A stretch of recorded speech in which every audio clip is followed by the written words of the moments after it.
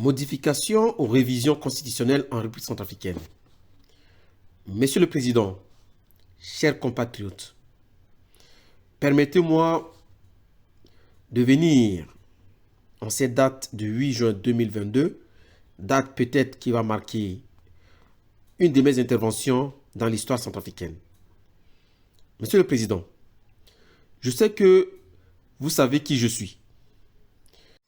Surtout du fait que nous nous croisons régulièrement dans des cérémonies officielles, mais surtout dans des rencontres au profit de notre pays, cher à nous tous.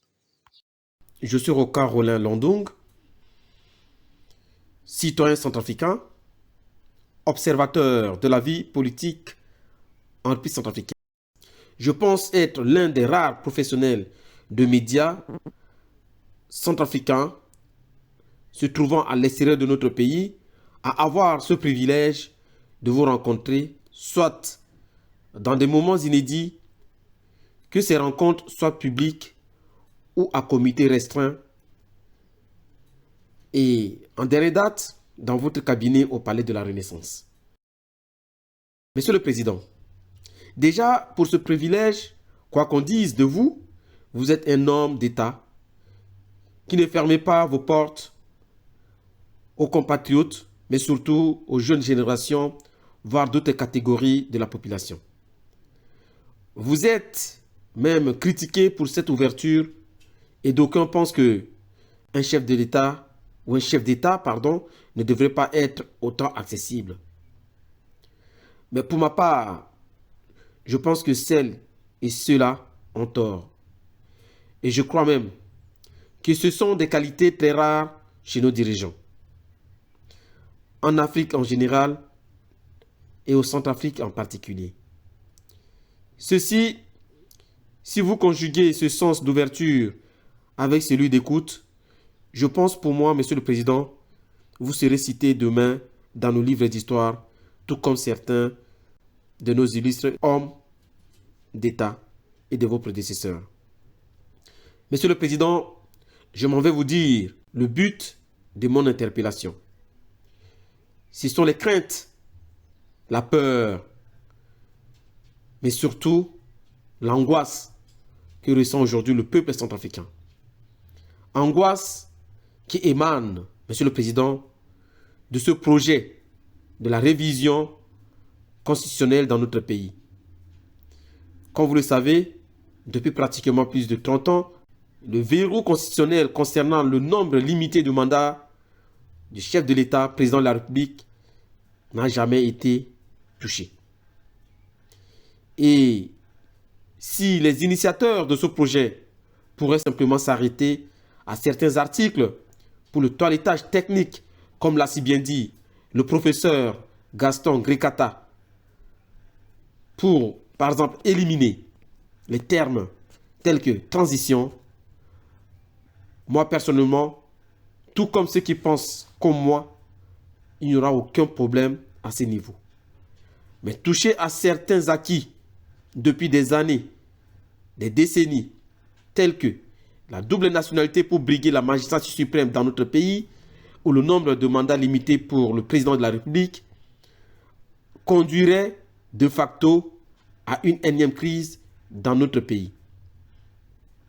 Je me permets aujourd'hui, Monsieur le Président, au nom de ma génération, même si celle-ci pense que nos parents ont échoué, vous dire ou vous rappeler que vous ne devez pas échouer.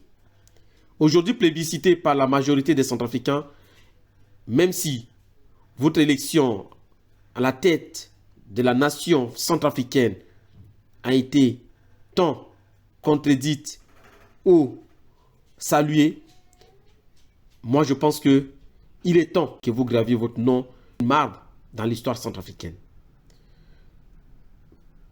Avant de terminer mes propos, chers compatriotes, j'aimerais dire à notre président que c'est un grand homme et il doit être cet homme qui aujourd'hui est en train de former encore dans nos universités, dans notre unique université, nos élites. Et je pense que les étudiants les cadets qui se trouvent avec lui peuvent faire office aussi de ses conseillers pour pouvoir l'amener à dire non à ce projet que moi je pourrais qualifier de macabre, même si ce n'est qu'un projet, afin d'éviter de déchirer à nouveau le tissu tant recherché, social, chez nous. Nous pensons que, Monsieur le Président, il est temps que vous répondiez aux initiateurs de ces projets, de la révision constitutionnelle, pour dire stop. 4 ans, vous les avez devant vous pour diriger ce pays. Et avec le concours de chacune et chacun de nous, nous pourrions y arriver. Je vous remercie. C'était Rocarolin, citoyen centrafricain observateur, mais ils me connaissent en tant que directeur de publication de Cadivox.